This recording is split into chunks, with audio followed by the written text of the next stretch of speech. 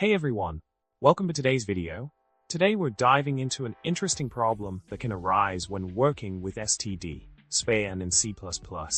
The problem we're tackling revolves around the comparison of begin and end iterators of two std-spans that point to the same memory.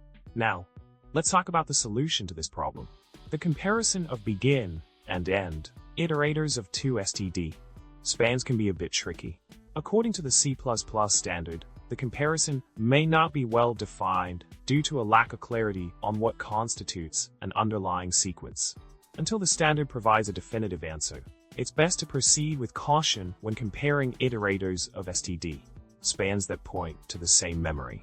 In summary, the comparison of iterators in std-span instances that point to the same memory may not be well defined due to ambiguous language in the C++ standard. It's important to be aware of this potential issue when working with std-span and to proceed with caution. Thanks for watching, and don't forget to like, subscribe, and leave a comment below.